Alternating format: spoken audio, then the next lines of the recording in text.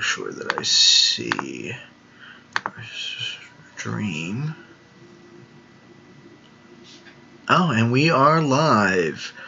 What's up, everybody? Welcome to another edition of the No Blood, No Foul podcast.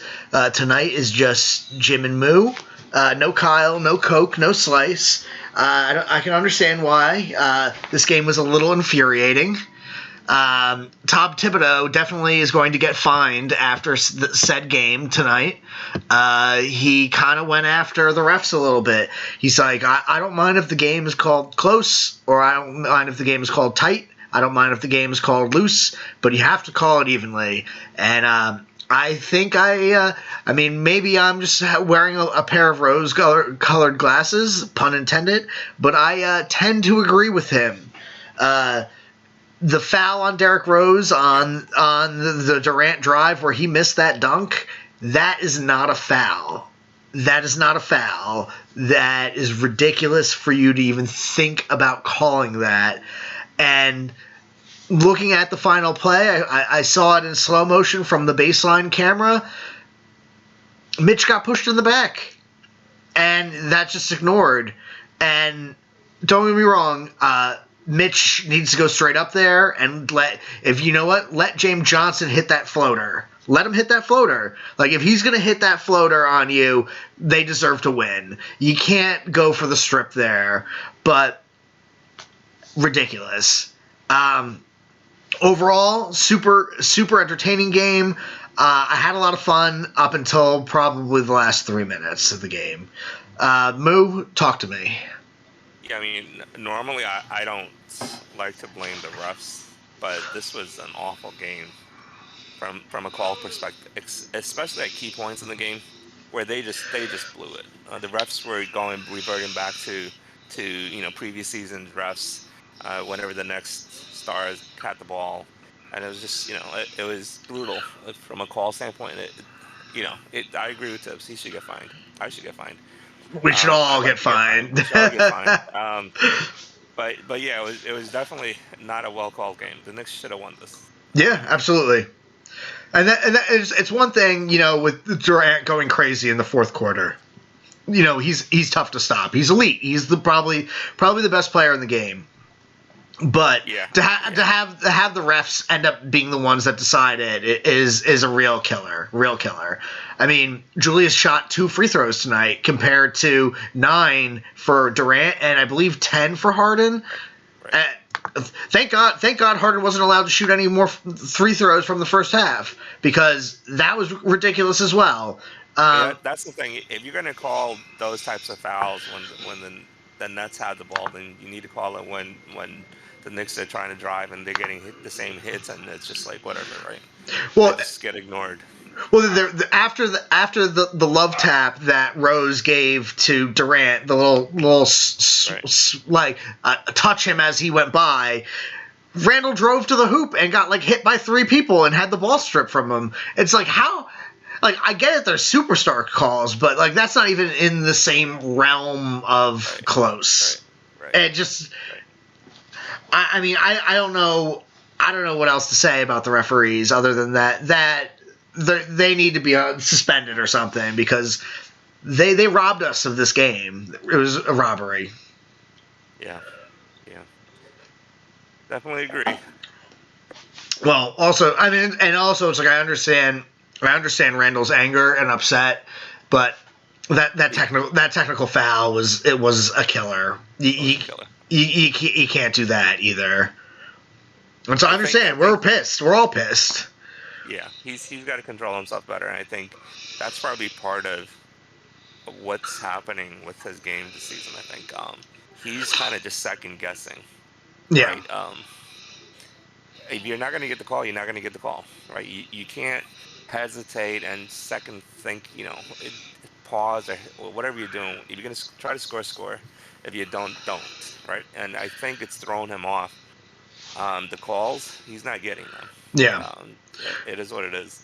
I mean, he was. This was the most decisive he's been all season, though, at least in my opinion. Sure. I mean, he went to the rim. That was his goal. He he had open threes. They found him on the move. They hit him. He actually set some picks and rolled to the hoop.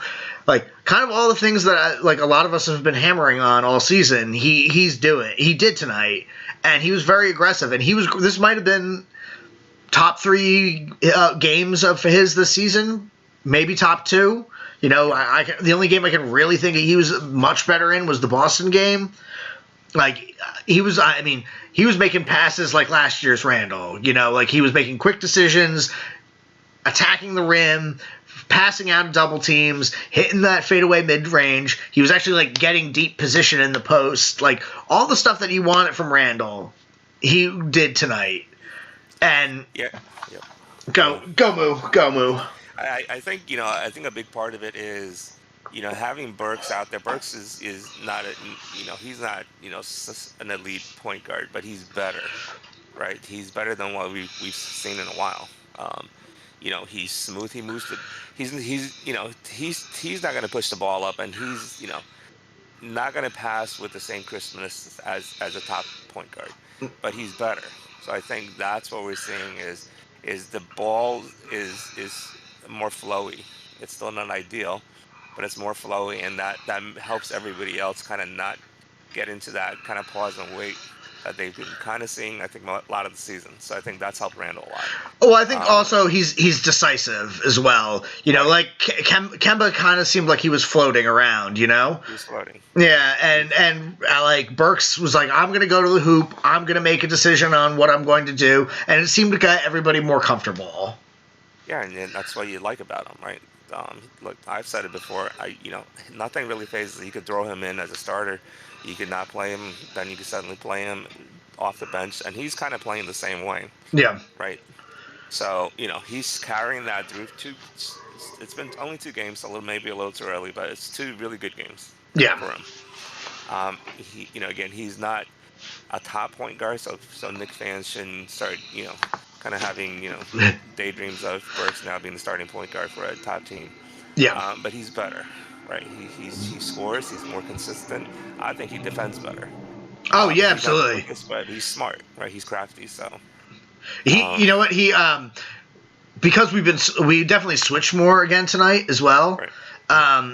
You can see him like make that extra rotation underneath the hoop, and it creates turnovers because it's like he knows where he needs to be defensively in Tibbs' system, which is probably a perk of being year 2 in Tibbs' system. So that's good and nice. Right. You need to be smart, right? You don't, in the Tibbs system. Obviously being quick and athletic and long is great, but you don't have to be. What you do have to be is smart. You have to know where you're supposed to go and where you're not supposed to go, and kind of move with what the offense is trying to do, just defend well. So team defense, I think he's pretty solid. Yeah, he had 40% of our steals tonight, so that that's a testament to his ability. Sure. Yeah. All right. Man, it's really tough to. I'm very flustered at this moment. I don't know. I don't know how to talk about this game right now without getting angry and wanting to throw my laptop across the room. I mean, look, they play the Nets, right? The Nets are the Nets. They have superstars. They're right now the top team in the East, right? By a game and a half. So and they're playing at home with and the Nets get up to play the Knicks because they want to show that they're the big brother and the Knicks are the little step brothers or whatever it is, right? So yeah. You knew they were going to come at it, and they're deep with a lot of veterans that know how to play, right? So it's a loss, but it's kind of like the loss, to the Bulls, I think, right? Where it's a loss, but you know that they played well, and this is a good sign. For them kind of going forward. Maybe they're settling in with Burks, and hopefully Randall starts picking things up, and this is something that he can reproduce. And then they get into a group. Right now they're 7th. I think they're 7th, but they're also tied for. What are we 11? What are we 11 and 11 now? Or no, we're 11 and 10. So okay. There are 5 teams with 11 that are 11 and 10. Oh, fun. Yeah, and the last team is out of the playoffs, so. It's going to be interesting. Okay. Well, I have tickets to the Bulls game on Thursday, so Well, I'm hopefully RJ's healthy because I'm gonna bust out my RJ jersey. So I'm really upset actually. I ordered the City Edition Rose jersey. I ordered it yeah, like 2 weeks ago. I haven't got and like they were like, hey, we'll just with pandemic stuff, like obviously not everybody is like working in warehouses and like there's supply chain issues, this, that, and the other thing. So I just figured, I'd probably have at least like a shipping number by now. No, nothing. So I emailed MSG. They're like, so I got an immediate response back and just being like, we're really overwhelmed. We'll get to you as soon as we can. And obviously that was yesterday. So it's been about 48 hours. And it's like, luckily we don't have. If I might end up canceling this order because I saw that Dick's still has the City Edition top-ins, so I might do that instead. Or I'm hoping that maybe they have some of them at like the Garden themselves, so I may end up canceling an order or not. Yeah. But who else can we talk about? Who else should we talk about? Obviously, I think since I mentioned Derrick Rose, I feel like we might as well talk about Derrick Rose. 16-9. He had that really good pass to Burks for three because he like UFO'd a few threes tonight, and he UFO'd a few threes tonight, and he knew that he just didn't have his jumper. So like making that extra pass was huge, and I think it tied the game. I think it was a good shot. it was. But that's what you like about Rose, right? And that's the criticism for Randall is if you're not feeling it, you have to know it and don't force it. And Rose is smart enough. He doesn't force things, right? If he takes a shot and he misses it bad, and he gets a sense, I just don't have it, then he won't do it. He'll put the ball on the floor and try to take it to the basket, or he'll look for his teammates. Yeah. Whereas Randall, again, he forces things, and that's 2 points in the game. I think he forced trying to be Randall, and it just kind of didn't work, and it just really changed the momentum. So I mean, he still has things he's got to clear up. Yeah. But again, I'm not going to fully blame him because I do think that it's hard for him to do what he does with the teammates that he has. Yeah. And that's not to say that the Knicks are awful, but he's kind of, he's not good enough. We know this, right? We've talked about this. He's not good enough to make up for his teammates not being, equally great. As good. Yeah. Right. He tries. And he fails. Right? So, if only everyone was slightly above average like Julius Randle, where would we be? Right. But honestly, I think it's a good sign that it seems that the benching of Kemba has changed things. At least in the first quarter of this game, I was walking the dog, so I missed the big collapse at the top of the third, and I came back for the epic 16-4 run at the end of the third. So thank God, because I think I would have thrown a beer can or something like that.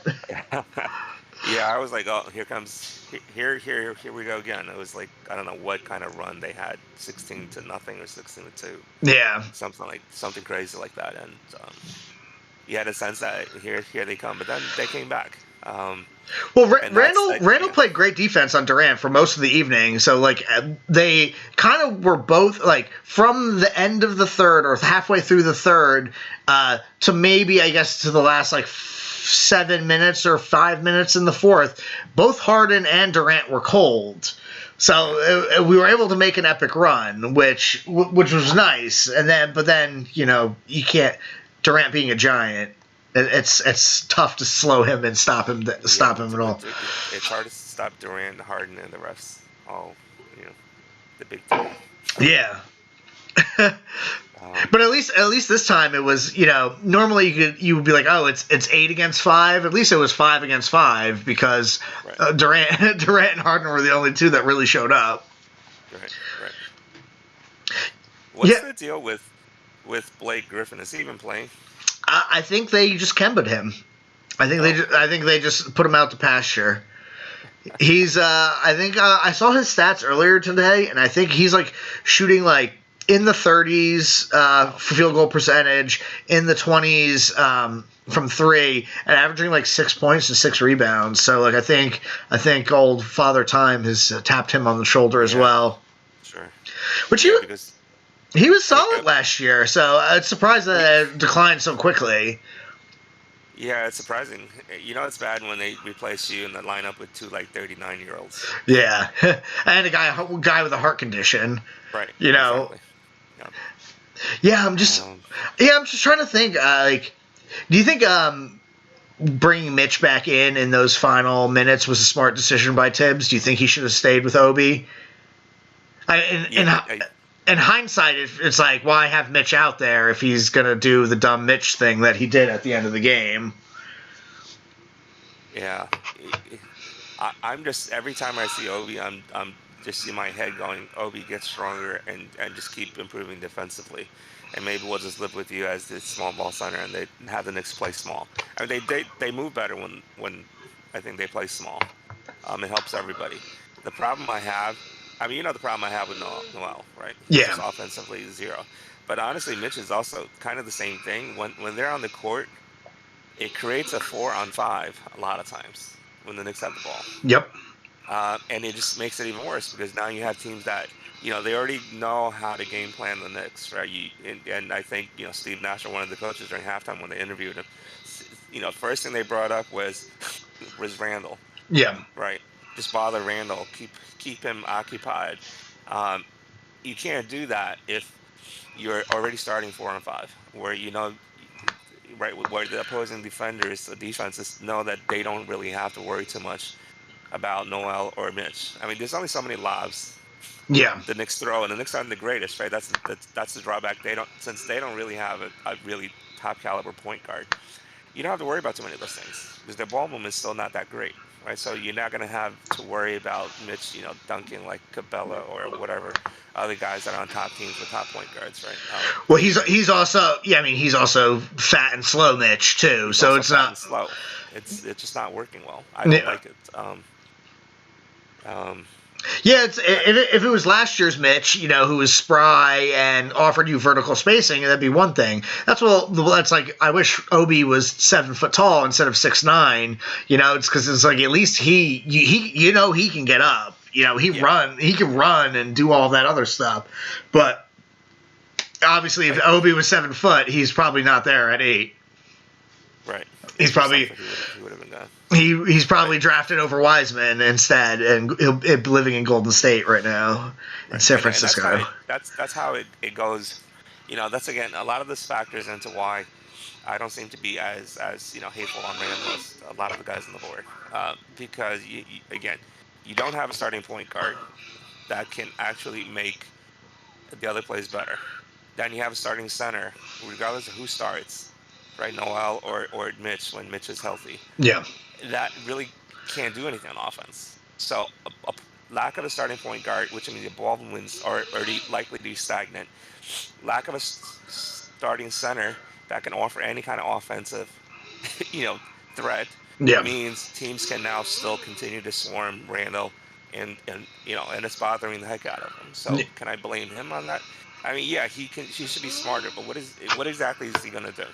I mean, who's he right. going to pass to? He's got two other guys, right? If we factor out three guys, not four guys, three guys he could pass to that may be able to score, and none of them are top tier scorers. Yep. So you're creating a very bad situation for the guy who is, not an elite player, and then you turn around and blame him. That I just don't get that. No, I mean Um, you're not wrong. I mean, yeah, we certainly expected a better version of Evan Fournier than we've gotten, and tonight he was actually pretty good. I'm not going to even say pretty good. He hit 3 threes in the second half, which great. Awesome, big help. Obviously, he hit that clutch right, three to tie the game, but I think he was 2 of 8 in the first half. Uh, he's not Kevin Durant, like I even can't. Yeah, yeah, if he gets hot, he's not a guy that's going to create isolation jumpers for you. You're going to have to run him off the screen. You're going to have to do yep, something. yep. So you can't have him coast for a whole game. You can't have him coast, and he's not good enough to make up for a lack of a starting point guard. If you had someone that was at the two, that was a lot better offensively, shot creation, whatever, then you can live with whomever Yeah, as the point guard. But you don't. So when you combine that with Fournier, who is not an elite, two, He's a very nice tool too, but not an elite tool. And a career role player starting a point guard, you still kind of, you know, are still in trouble. And then a center that Although can score and I think in the last week Evans had this is probably he's had 3 good games in the last week, and this has yes, probably yep, been about like I would say a mediocre game, not good, not bad. I mean, he was 5 of 11. I don't want to count that last heave against him. I know it'll count against his stats, but right. that half court shot is not really a shot. So hopefully this is like a turning of the corner of him, and he's going to look more like the $19 million man that we paid him to be.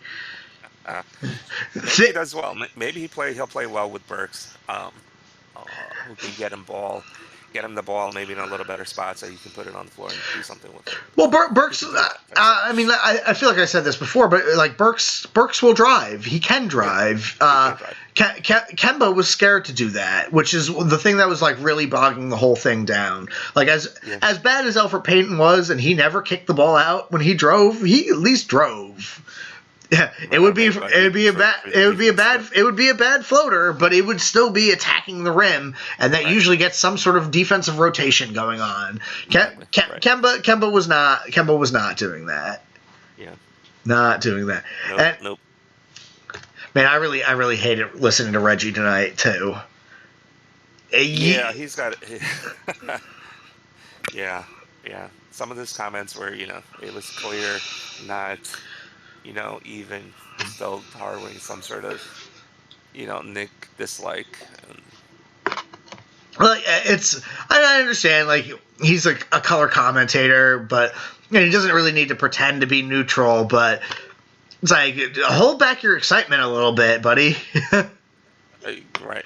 Exactly. Good thing Marv was there. Was it Marv? No, it was Kevin Harlan. Harlan. Yeah. He's a good play guy. I don't know. They just felt like they were both rooting for the Nets.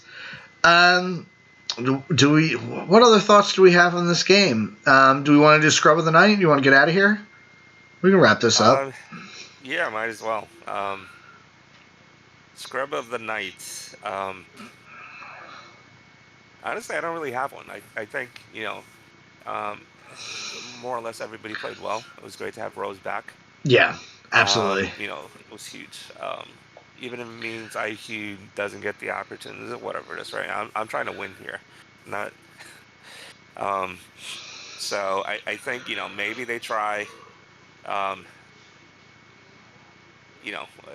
think with RJ out and Fournier probably they can slide him over to the 3 or whatever position, right? Yeah. So I think he's technically the shooting guard.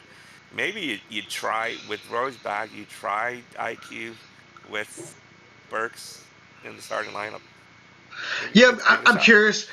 I felt the weird thing too is I thought RJ looked pretty decent in his minutes, and then I guess halfway through the second quarter they were like, "No, he's done." I mean, he was 2 of 3, 4 rebounds, assists. I thought he looked pretty decent. He had one really bad possession with a turnover, but knock on wood, I hope he's available for Thursday. If he's not, I think it'll be good either way. If he is, then great because they have more depth and more talent. Yeah. If he's not, maybe they'll try and insert IQ and with Burks, bring some energy shooting. Maybe that'll open up things for Randall. Yeah. So. So I'll do my scrub of the night because why not? I'm gonna go with Quentin Grimes.